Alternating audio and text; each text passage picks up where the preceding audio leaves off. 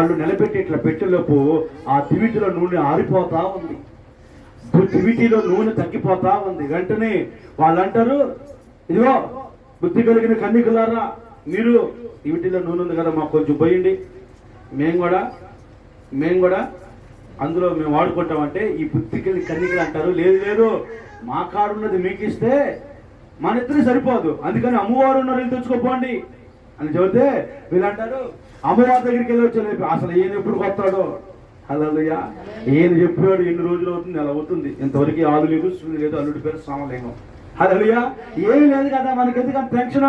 వీళ్ళ పిచ్చోళ్ళు డ్యూటీలు పట్టుకుని వెళ్తున్నారు, వీళ్ళ పిచ్చోళ్ళు ప్రార్థనకని బైబుల్ తీసుకుని పోతున్నారు, వీళ్ళ పిచ్చోళ్ళు పొద్దుగూగులు ప్రార్థన తిరుగుతున్నారు. వీళ్ళకి మైండ్ లేదని చెప్పేసి ఎగతాళి చేసేవాళ్ళు అనేక మంది ఉండొచ్చు. హల్లెలూయా. ఇప్పుడు మన ప్రార్థన పూర్వకంగా భక్తి పూర్వకంగా దేవుళ్ళ ముందు కొనసాగించబడతామంటే వాళ్ళు అనుకోవచ్చు, మనల్ని ఎగతాళి చేయవచ్చు, ఇంట్లో వాళ్ళు ఎగతాళి చేయవచ్చు.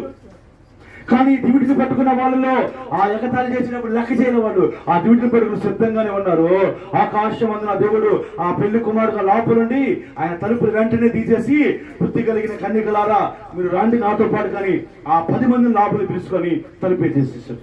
వెంటనే వీళ్ళు ఎమ్మటినే కూర్చొని అంతే నిద్రపోయి ఆ నిద్రలో కళ్ళు చూసి ఏంటి వీళ్ళు వెళ్ళిపోయారు అని, పెనుకుమాడ తలుపుతి అని యేసు ప్రభుని ఆ తలుపు కొట్టినప్పుడు దేవుడు తలుపు తీసి ఏంటి అంటాడు, అయ్యా మేము కూడా మీతో పాటు వస్తాం అయ్యా. అప్పుడు అంటాడు, విశ్వాసులని మూర్ఖులారా మీరెవరో నాకు తెలియదు. హల్లెలూయా. సిద్ధపాటు కలిగి నేను ఉండమన్నప్పుడు సిద్ధపాటు కలిగి సత్త కలిగి ఉండలేదుగా మీరు, నిర్లక్ష్యమైన